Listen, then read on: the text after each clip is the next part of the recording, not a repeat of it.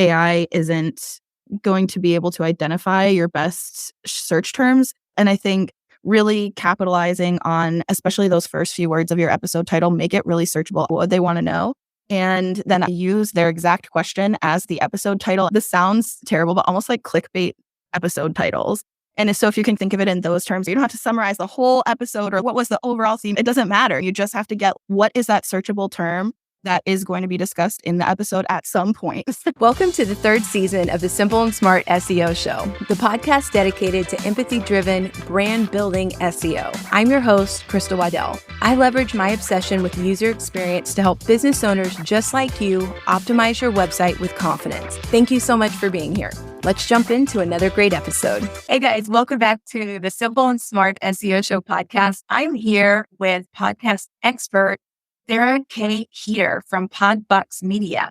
Sarah is the CEO and founder of Podfox, and she is a podcast producer and strategic consultant. So thank you so much, Sarah K Heeter, for being here. How are you? Oh, thank you for having me. This is surreal for me because we were chatting about this before, but I listen to your podcast very regularly. So it's so fun to be a guest on a show you actually listen to. That's crazy. And that's so true because the last podcast I recorded about 2 hours ago, I listened to. Yeah, it's an SEO Rank podcast. So how long have you been podcasting and been involved with podcasting? Yeah, I've been involved with podcasting since 2016, which I think makes me like honorary old school. But honestly, podcasting has been around for 2 decades, so it's really not. But I officially started my actual business full-time all in 2019. And back then it was just me and I didn't have a business name. I couldn't come up with one. I'm sure a lot of people listening can relate to that. So I just did business under the name I already have. And then as it grew and I added team members, it felt weird to have like Amanda at sarahkheeter.com. So that's where it really started. The pressure started for, okay, we need a business name. So in 2022, we actually came up with Podfox Media and developed all the branding and everything like that. And yeah, now we have a pretty small but mighty team behind Podfox Media. And it's different. It's reframing to building like a company instead of being a service provider and just trying to just one-on-one client relationships, if that makes sense. So it's been an interesting pivot and of evolution. Yeah, it is interesting. I'm curious. So what are you, an agency then? Do you handle podcasts for people or how do people work with you?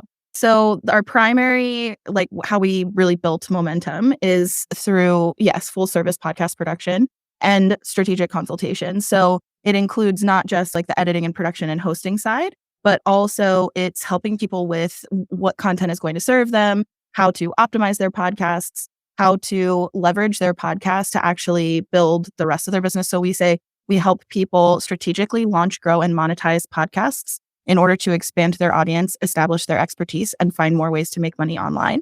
And then in addition to that, because a huge like component of our brand is that we really want to help more, especially underrepresented voices get past episode 11. 50% of people who podcast quit before episode 11. So if we can help more underrepresented voices, either in their industries, communities, or podcasting in general, get past episode 11, then we're doing something good for the world. In order to do that, we have expanded to 2 additional offers. One is for like DIYers or people who are working with other kind of managers or editors who just want a strategic consultation session. You can just pay by the hour for that.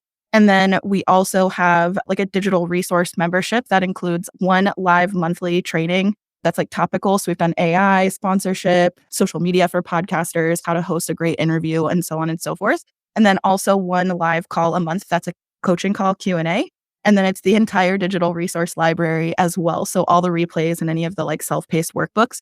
And so we try to have that available at just the lowest price point possible so that it's accessible to all people who want a podcast. Yeah, that's super cool. Some of the people I've talked to, they have said that public relations is so important in 2024. And the last person I talked to actually said that podcasting was the best form of public relations in 2024. Going on podcast, can you give us any tips being a guest or having a guest strategy? Yeah, I would definitely say it's the easiest and lowest barrier to entry, right? I think PR and media relations in general is this almost like SEO. It's confusing and it's like, how do you even get PR for yourself unless you hire somebody who isn't like a PR person? But yeah, I think podcasting is just people. So it's a really low barrier to entry, which is good. I think the biggest tips that I can give, and we were talking about this at the beginning, but think about it as actually trying to build a relationship with somebody you actually want to build a relationship with. and really focusing on shows that are hosted by people and for communities that you genuinely can come in and add value. I like to say that it's like you're a guest in someone else's house. And why would somebody bring you into their house to sell something to their family, basically? So are you going to be a door-to-door knives salesman, or are you going to actually build a relationship and have game nights and enjoy each other's families in your home for family dinners, right? That totally reminds me of like why we started this podcast. It's still true now. We wanted people to be able to be a fly on the wall of the conversations that we are having. It's so helpful and it sparks ideas for people when they hear someone else talk about their business. And then it's, oh, wait, I can do that too. And yeah, I love that because I feel like all of our friends are in the room listening and nodding and putting their own twist on what they hear. Exactly. And I just think so often we think of going on other people's podcasts as going on our own press tour. Like, oh, I have a book coming out, so I'm going to get on as many podcasts as I can to promote the same interview, giving the same answers, having the same conversation. Speaking of the SEO point, if people love that conversation and then they search for you because they want to hear as much as they can from you, they're hearing you have the same exact canned conversation everywhere, first of all. And second of all, what is the incentive? Like, you work so hard to cultivate this audience and to build your own kind of brand identity for yourself.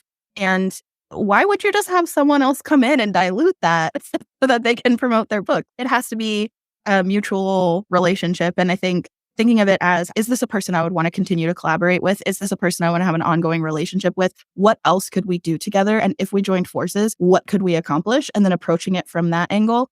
And I think you're going to have a lot more success. So as far as like tips for doing it, that's probably where I'd start. Yeah. That's so cool. I think it might be a little bit helpful to think of it like a press tour. We do want people to be aware of us. But I totally agree with you. I have this particular conversation. I've already heard it. When you have your own podcast, like how can you make it so that people can find it? Do you have any searchability tips on that? Yeah, I know that you have definitely had other great episodes about podcasting before. And so some of this is just echoing the same things that you have already shared. But I think clear over cute is something that we talk about a lot. And I think the biggest kind of missed opportunity area that I see is with your episode titles. I think so many people, especially with leveraging AI, which I am a huge AI lover. I mentioned earlier, we did a whole training already, and we'll definitely do more about leveraging AI for your podcast. But I think AI isn't going to be able to identify your best search terms. And a lot of times I see people are using like these really corny, cheesy episode titles. And I think really capitalizing on, especially those first few words of your episode title, make it really searchable. So one of the podcasts that I host is actually for Girl Scout troop leaders in the US. And I have had this really great success with asking my audience in my Facebook group for listeners if they could go to coffee with me and they could pick my brain about anything related to running a Girl Scout troop, what would they want to know? And then I use their exact question as the episode title. And I've had people express to me like, when that episode popped up as available in my library on my favorite podcast listening app, I literally stopped what I was listening to so I could go hear it. So you want almost like, this sounds terrible, but almost like clickbait episode titles. And so if you can think of it in those terms, if that's easier than knowing what would be a good, I don't know how to summarize. You don't have to summarize the episode. It doesn't matter. You don't have to summarize the whole episode or what was the overall theme. You just have to get what is that searchable term that is going to be discussed in the episode at some point. That is so comforting because I always try to find like a keyword that matches or aligns with whatever we're talking about in the podcast. But I do feel like I have to provide some sort of summary as the title. And so that's like a paradigm shift for me. Yeah, permission slip to take that pressure off yourself, especially because these are so much more just organic conversations. We're talking about a topic, but we're just letting it flow wherever it goes. So then the pressure of trying to come up with a searchable term that captures what we talked about is like trying to reverse engineer what was organic, and take that pressure off of yourself and just put something that you did talk about that people really want to hear. That is awesome. I love that. So we talked a little bit before on the show about having an audio strategy, but it still seems a little bit like outside the norm of marketing. So why do you say that audio content needs to be a part of our marketing strategy? Yeah, it's funny because I know like nobody even has the app anymore on their phones, or there are a lot of users, but Clubhouse came out in 2020, right? Because we were seeking this intimate connection. And if you remember how it felt to be on Clubhouse when it first came out, if you were on it, that connection that you get from audio only content is intimate, is the best word I can use to describe it. So podcasting actually mimics the intimacy of a phone call, which is what gives it a unique leverage opportunity over something like video or images or text posts. So all of those are important too for lots of different reasons. But the same way everyone's promoting video show your face, now by 2024, audio only content is something that you can't just ignore anymore, because the opportunity to create that level of connection with your listeners is just so critical for moving forward. As the world has opened back up again, everybody's on the go. People are going back into the office, which is so crazy.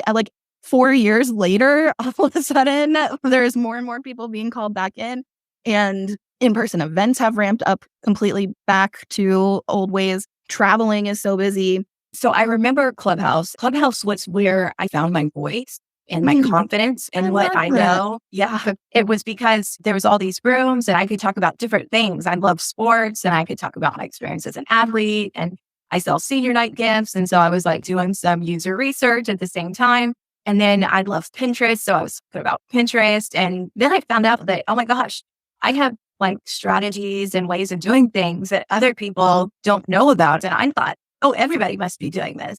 That's when I realized I actually could teach other people this, or I could be a leader of it. So that was really powerful. I love Clubhouse. I think I still have a room there if there are rooms that change so much. But I just want to encourage you, if you are struggling to find your message, audio really helps. I really love that perspective. And I would just say too, it's on both sides, that value that you just said, which I am totally going to mention in the future, that benefit for you, but then also the benefit for the listener, because if they're on the go, they're multitasking. Yeah, you can play a YouTube video while you're multitasking, but then you're missing the whole video component, right? And it's not meant for being interrupted. It's not meant for multitasking, and audio only content is. You can listen to podcasts while you're in the school pickup and drop off line, or commuting to and from an office, or even downloading episodes and then sitting on a plane for 5 hours to cross the country, whatever it is, washing the dishes, exercising. There are so many opportunities to stay connected with people where they are through audio only content. So it's both sides. I really love that. Okay, so let's think about maybe a business that is like a local florist shop or an automotive repair shop. How could a business like that use audio? Totally throwing you a curveball. Didn't tell you I was going to ask you something like that. Yeah, the approach that I use when I'm talking with somebody about launch strategy, I'm thinking of this and what do I do, is that if you're thinking about just a traditional podcast, right, then there's 3 pieces that you really need to be clear on. One, and I actually have a whole 90-minute strategy session I offer on this, so I'm just going to 90-second it. Okay, but the first piece is who's listening. So you need to be really clear on who your target audience is. So in a case like that, like a florist or an auto mechanic, is that what you said? My dad was an auto mechanic, so that popped into my head. My dad was a car salesman. They could have worked together. Normally, in their marketing endeavors, they're trying to reach prospective clients or prospective customers, right, who might be able to purchase their products or services in the future. So a car mechanic could speak to maybe some basic things to know about your car and what is actually going on with your car, but also speaking to how do you know where to take your car and how do you trust the person on the other end? There's a lot of lack of trust in that industry in particular. So knowing who's listening, you can know then what it is that they need to hear from you to build that kind of loyalty. But then there's also opportunities for, you could specifically speak to things about mechanics and things about repairs. And then you're actually catering to people working or franchising your operation, or you're looking to start coaching people on how to open their own mechanic shops and run their own mechanic shops locally. You have to know who are you talking to, and don't try to talk to everybody. It's not going to feel like a phone call then. So then the second piece of it that you really need is to know what you want them to get out of it. So you know who's listening. What are you hoping to accomplish? If they listen to your show consistently for, again, this is talking traditional podcasts, for a year, 5 years, what is the overall promise or goal that you're trying to help them accomplish with your podcast? And then the third piece is, what do you hope to get from it? And so that kind of comes back to what I was saying. Are you trying to get more customers to walk in your door? Are you trying to stay in touch with people who have purchased from you before and really build that connection so they're going to continue to come back to you and refer people to you? Are you trying to bring people in that you want to eventually hire? Are you going to coach? What are you trying to accomplish? So you have to have goals for yourself as well. That was more than 90 seconds. Sorry. I'm thinking it was Kim Tradewell that was on the show that talked about using audio content. I think she came on last year. And in SEO, there's this thing called EEAT. But essentially, it's your expertise, your experience, your authority, and trust. The idea of doing that and finding a way to communicate those things to a client through a website is similar to that of a podcast, because like when people come to your website, what do you want them to see? That you want them to see your face, right? That you want your workspace if they are going to come in, because then they know what to expect. And so that creates trust. And a lot of times trust can mean a lot of different things, but in business, I think it really starts with give me an expectation and then meet that expectation. And then if that happens, trust you. And so again, with the audio, I don't know if you felt like this, but because you've listened to the podcast or I've listened to other podcasts, when you talk to that person, it feels like you already know them. Totally. Yes. And that's trust. And those are things that you can't just have spontaneously. And it's hard to know everybody before you actually meet. But that's one advantage that I've seen of having this podcast is it's just easy to jump into conversation with people who have listened, because it's like we're just continuing what we talked about before.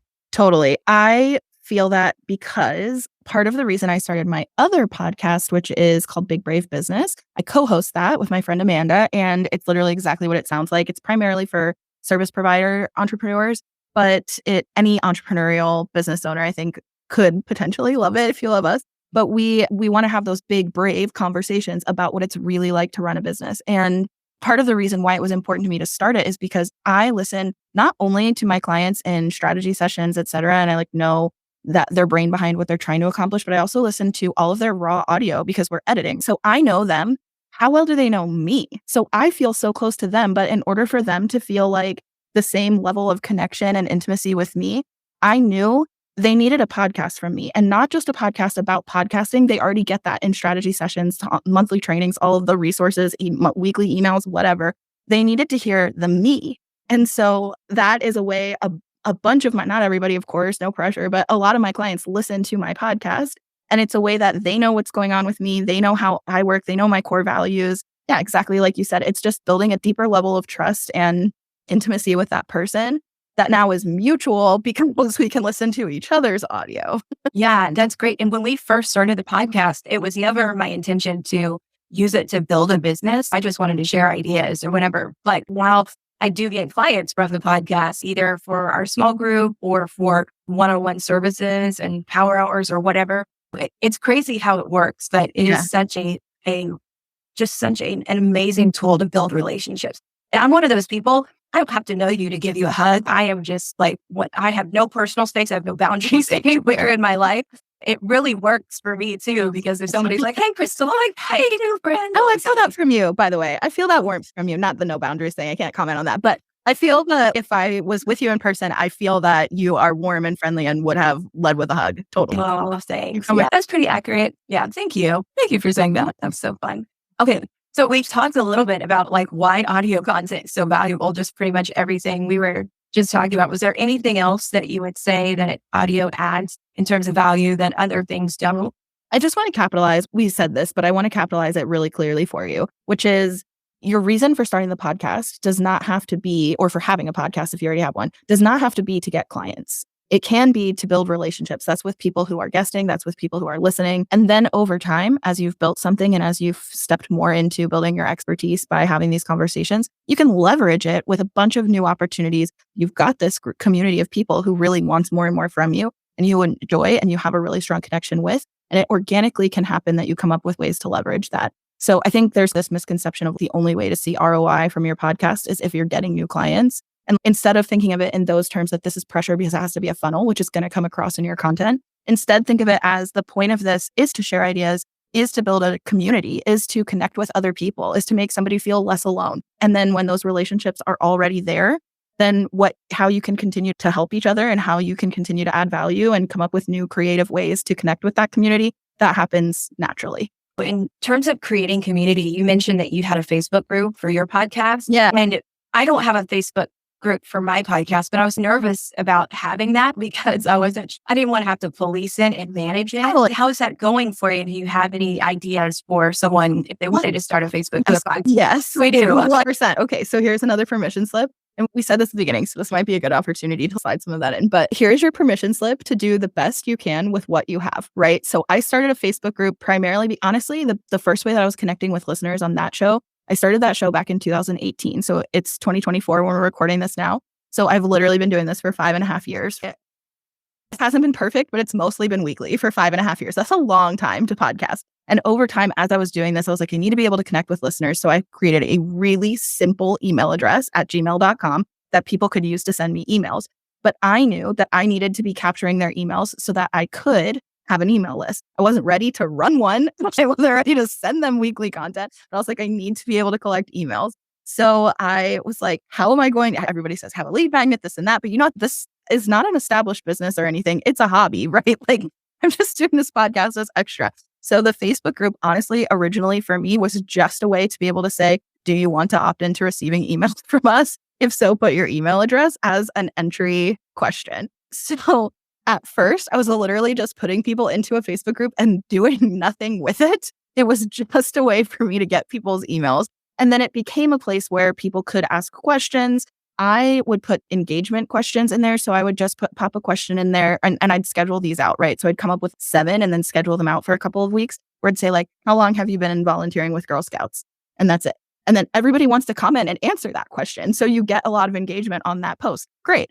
I did not have the bandwidth to do any kind of adminning. I did not promote it at all. I am not consistent with posting in there still. But now at this point, we have, I think, 800 people in that group, obviously very niche group. So it's not like there are Troop Leader Facebook groups that have tens of thousands of people, but that it's fine. 800 people is great. I would say around the 550 mark is where I started seeing like they start engaging with each other. But it's cool because someone will comment a question that's intended for me because they feel like they know me, right? Sarah, I have this question. I need your help.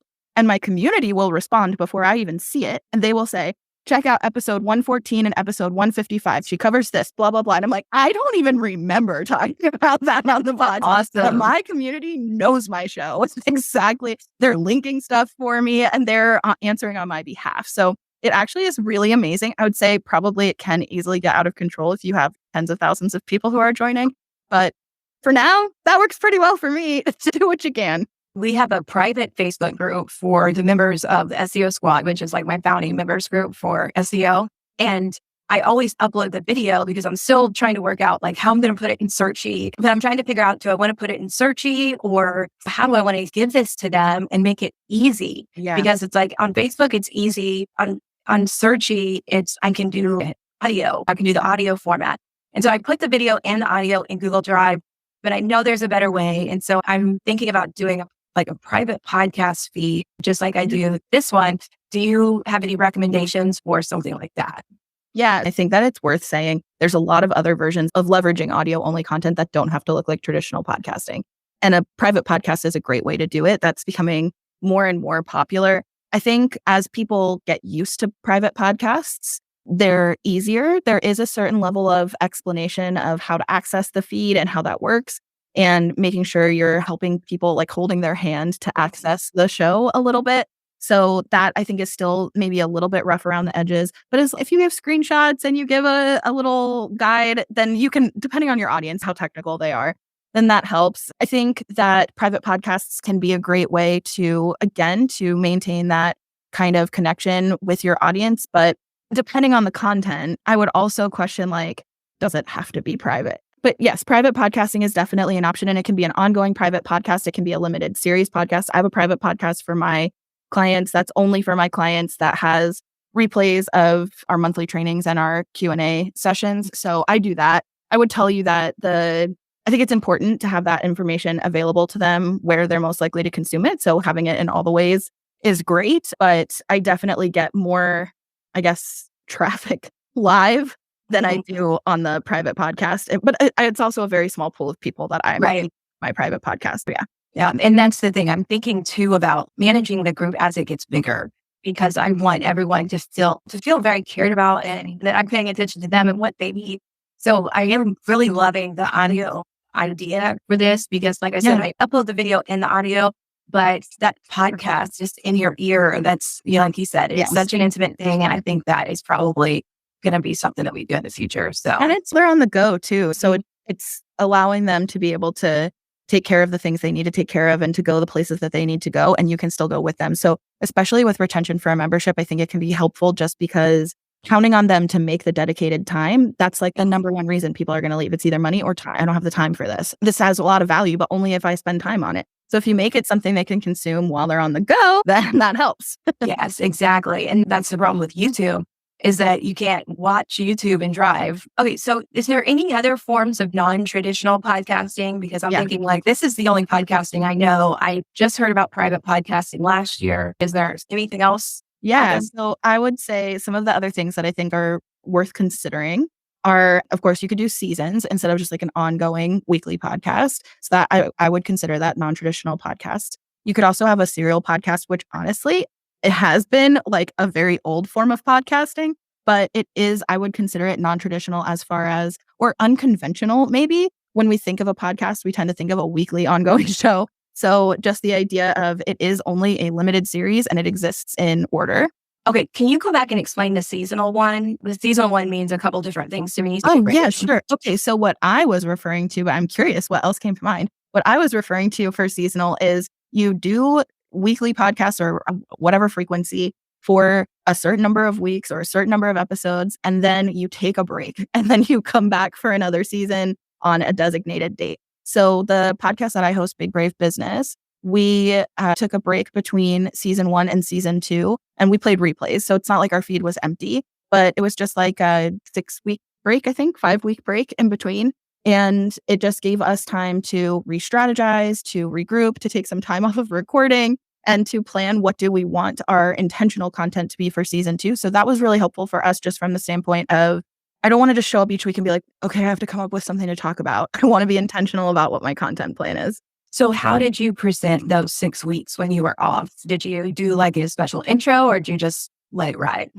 Yeah, so we did a thanks for season 1 kind of episode where we talked about in general things that are growing and changing and evolving and stretching in our individual businesses and how things have, what's really causing us to overturn all the stones and look at how we're doing things and question, could I be doing this better? And we used that as not just the topic for the episode, but then we were able to use that theme to say, one of the things we're looking at, we are revising the strategy of and seeing how could we do this better and how could we do this even more effectively is with the podcast. So we're going to take a few weeks to reassess how we want to approach season 2. And we will be back on this specific date. That's when the first episode of season 2 is going to air. And in the meantime, this feed will not be empty. So keep coming back each week because our best advice is from this season 1 is going to be in the feed for the next however many weeks it was. So that was the way that we handled it. I think we also mentioned if you're new to the show or if you haven't heard all of our back catalog before, then there's going to be episodes you may not have heard. And we're really proud of the work that we're putting here. And then also if you have listened to it,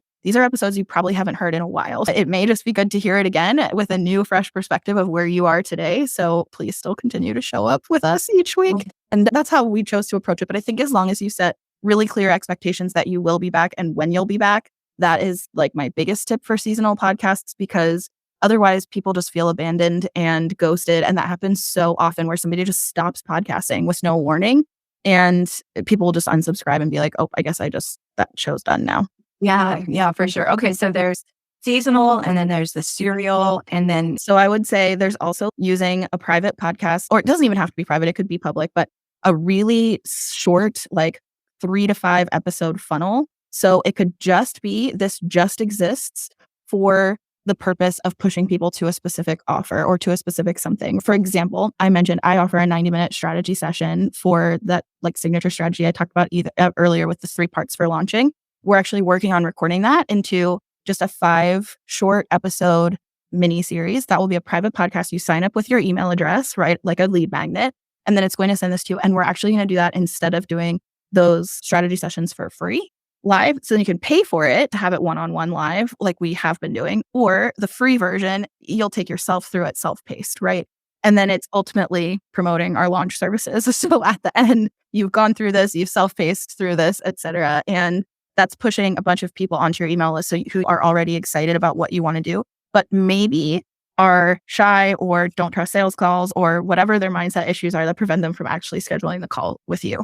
Yeah, that's cool. That's really funny. One idea I had for my business, Collage and Wood, because I deal with senior night and mothers of seniors in high school. And I know that this is a really tough, like emotional time. And I've been trying to do this for 2 years. I've only got 1 interview so far with a mom, but I do have another interview with a sports like psychology coach or something like that. but I want to be able to offer something to the moms to listen to so they know all the feelings that they're having are normal and that just ideas for what other people did on their senior night. Because a lot of times these things are just thrown on people. And in my generation, 20 years ago, we did not have senior night. I don't remember a big celebration for me as a senior, but now it's a big deal. It really go all out. Yeah. So that's something that I wanted to add then. It's just now getting just 2 or 3 other people to contribute so I can make it that little series. Yeah, I love that. And one other version of non-traditional podcasting, which kind of fits into that as a sort of spin on it, is to do an audio summit. So these are becoming more and more popular. Again, I think people are craving those on both sides. People who held online conferences became such a rage during the quarantine era, but now everybody wants to be back together in person. And that's a lot harder and more expensive to put together as a business owner. An audio summit is like a compromise because it's something that can be consumed on the go. It can be live, but it doesn't have to be live. It can totally be pre-recorded.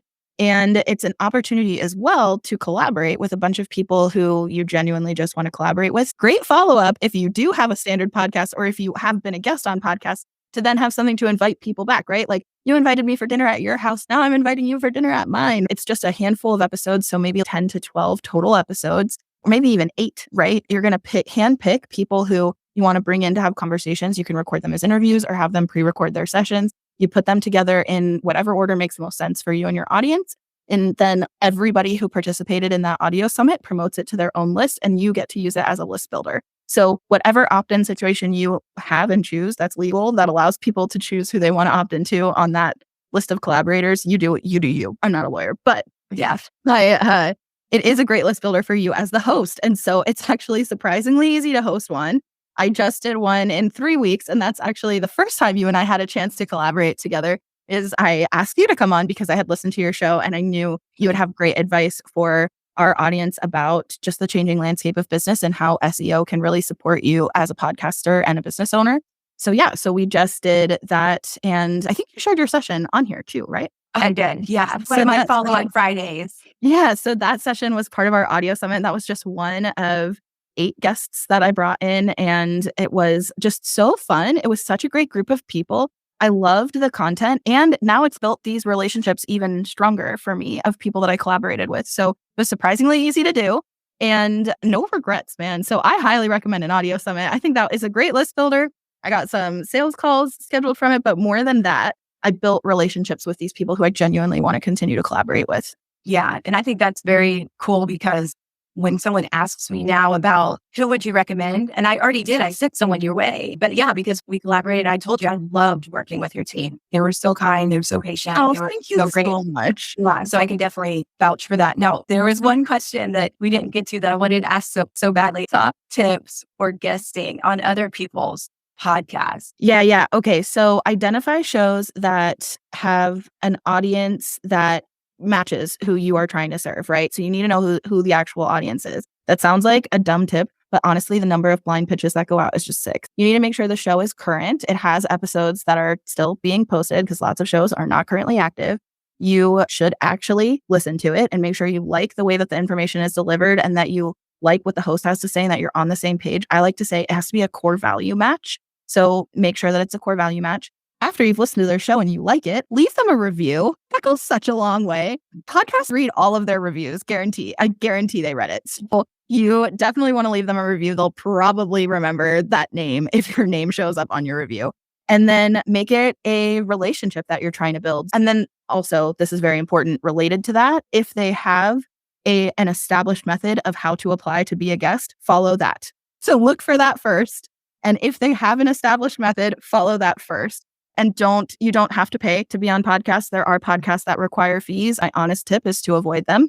There's enough people out there who are creating really great content that you do not need to pay to be on their show. And then just always taking it from an angle of A, it's a core value match, and B, this is a genuine relationship I want to build and not just asking permission to come and sell them something. It's really obnoxious. So be a good house guest. Last thing I want to say about that too is the real benefits on the SEO side is that you get a backlink from the show and from whatever podcast player that they use. Like I use Buzzsprout. So Buzzsprout has a domain authority in the 80s or 70s or something like that. That's a great backlink from the SEO perspective. Awesome. no-brainer to go on podcasts. Yeah. And you're finding people who already like listening to podcasts. So if you have a show to promote, then it's definitely the best strategy for growing your own podcast as well, because you're reaching a dedicated audience of podcast listeners. So I would say that as well. I do have a whole training that we did on this that is available on our site, just podfoxmedia.com. And it has the video training that we did on it, as well as a complete comprehensive companion guide that will walk you through how to identify shows. There's even a swipe pitch yourself file in there. So you can swipe that file and just fill it in the template to pitch yourself. So I do have that at podfoxmedia.com. Awesome. That's such a great segue into how can people work with you and get in touch with you? Oh, yeah. So like I mentioned, there's 3 main ways that you can get help from Podfox. One is that full service production. So if you want to launch a traditional or non-traditional podcast, we can help you with the full service production side. Also, if you have a podcast or if you're going to DIY it or you have been DIYing it, you can just do a strategy session. And if you don't really want to commit to anything that big, but you do want the ongoing trainings and resources, then you can join the audio revolution. So the 3 kind of links, they're easy, are to learn about our full service podcast production and to get that 90-minute strategy session. You want to go to launchmyshow.com. The best way to schedule just a consulting session is to go to helpmyshow.com. And then the best way to either sign up for the Audio Revolution or to join our waitlist if the doors are not currently open is audiorevolution.co. Awesome. We'll put those links in the show notes for you so that you can go directly to Sarah and her team over at Podfox Media. I'm so glad your summit. And thank you so much for coming on the show and listening to the show and just being such a great person to network with. Yeah, thank you for having me. And I can't wait to see what else we will come up with for ways to collaborate from here. Yeah, I see some opportunities in our future. It's going to be good. All right. Bye, guys.